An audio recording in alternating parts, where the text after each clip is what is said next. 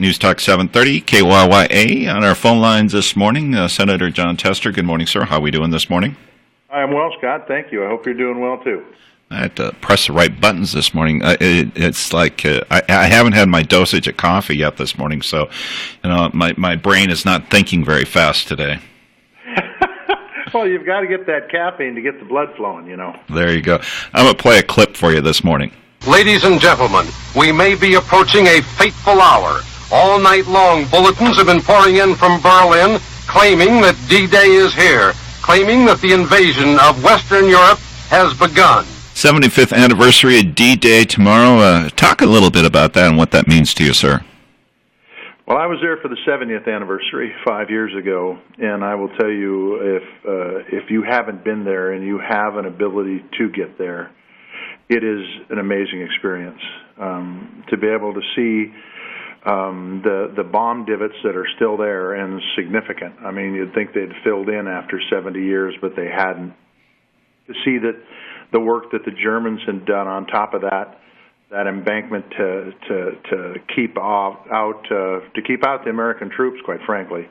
To see the concrete and the aggregate they used, it was amazing. And the work it was an amazing effort by the Germans to keep us out, and even more amazing effort by the men and women who pulled D-Day off. I mean, look, I really, when you're up there and you look at it and you see it and you try to imagine what happened, and the mind pictures come up of the troops coming out of the boats, and they were up on they're 300 feet above them, shooting down on them, which is, they shot a lot of people, but yet these folks kept moving, they kept going, and they scaled that straight up embankment for, I'm just guessing, 300 feet, maybe more, and got up top and overtook the Germans and won the war. And it's amazing to think, we just came off of Memorial Day, but it's amazing to think of the sacrifice that the young men and women did. In that day and age, it was probably all men that hit the beach. But the fact is, it's amazing what they did. And when you go up to the cemeteries now at Normandy, and you see headstone after headstone after headstone, all the same date of death. I can't remember how many Americans went to World War II, but the youngest World War II person who went in there at the legal age is the youngest ones are about 95, and I think there's only about 400,000 World War II veterans left. Yeah, we lost a bunch. I mean, the time has termed them out, the Father Time. But the truth is that if you get there, if you get the chance, first of all, it's a marvelous country in France, marvelous area. But to see what they did and what they sacrificed, and when I went there, of course, the I don't know if you call him the president, but the president of France and President Obama spoke, and it was they talked about the history. In fact, there was two programs that I went to. One of them included all the forces that fought against Germany and Japan.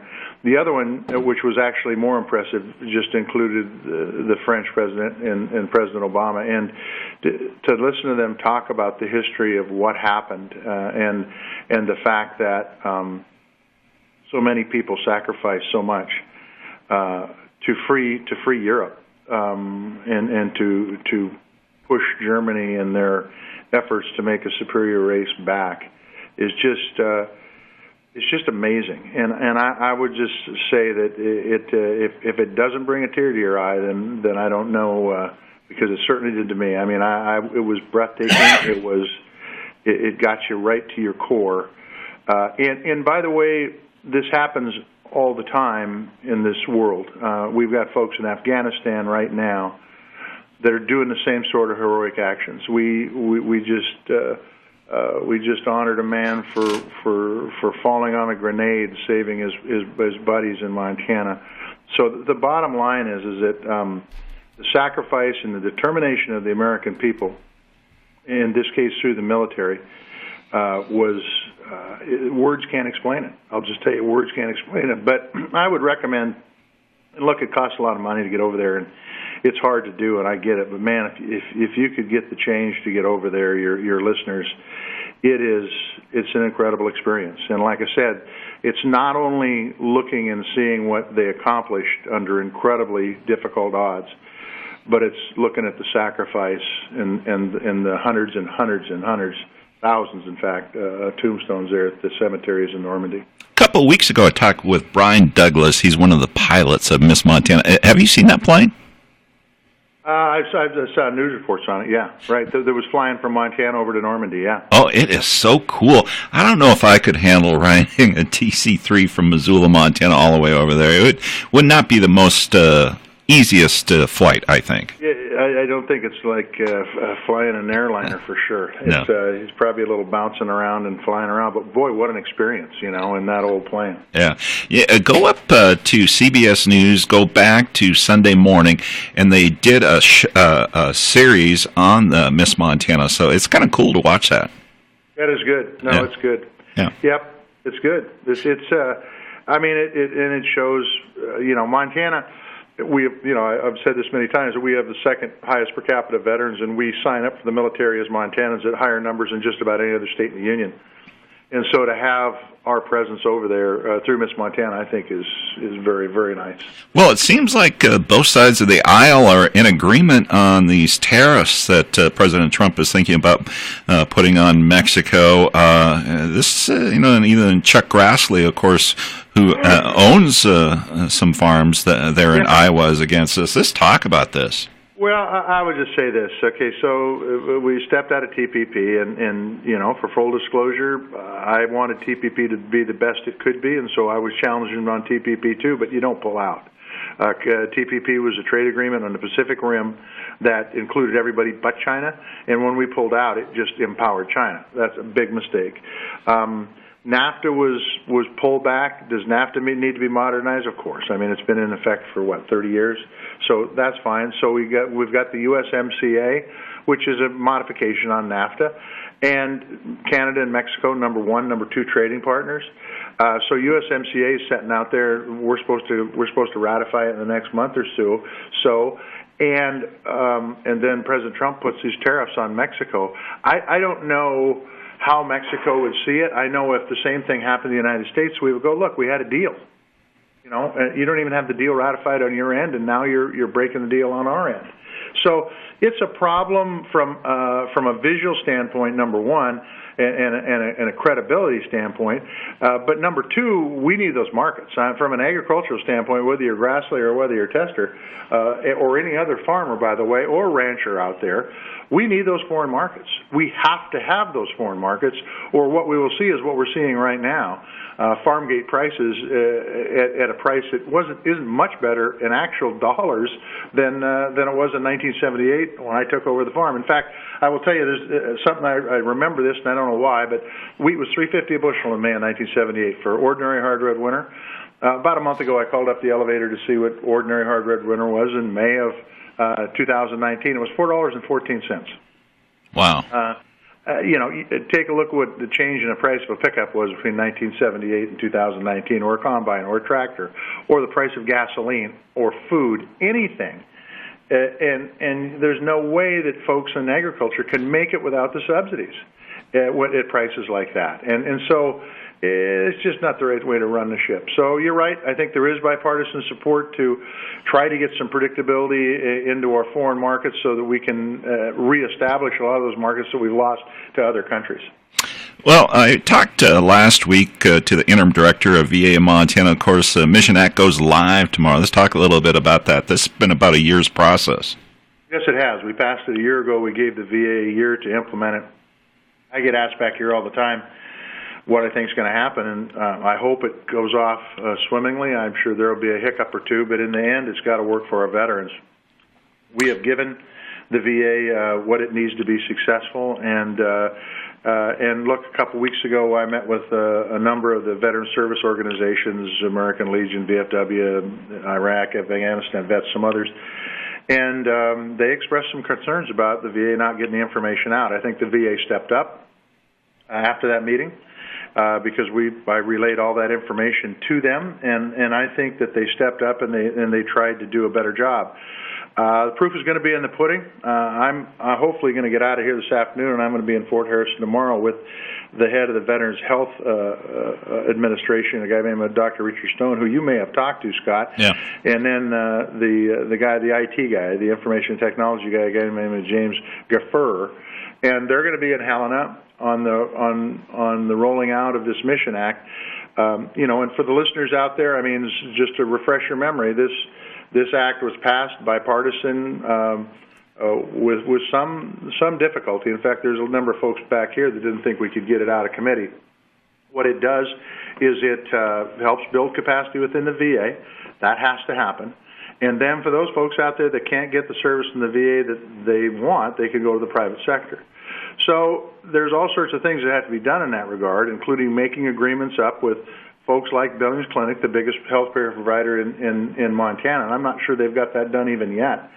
And so they have their challenges, and other healthcare providers around the state, whether you're in Kalispell or whether you're in Los Angeles.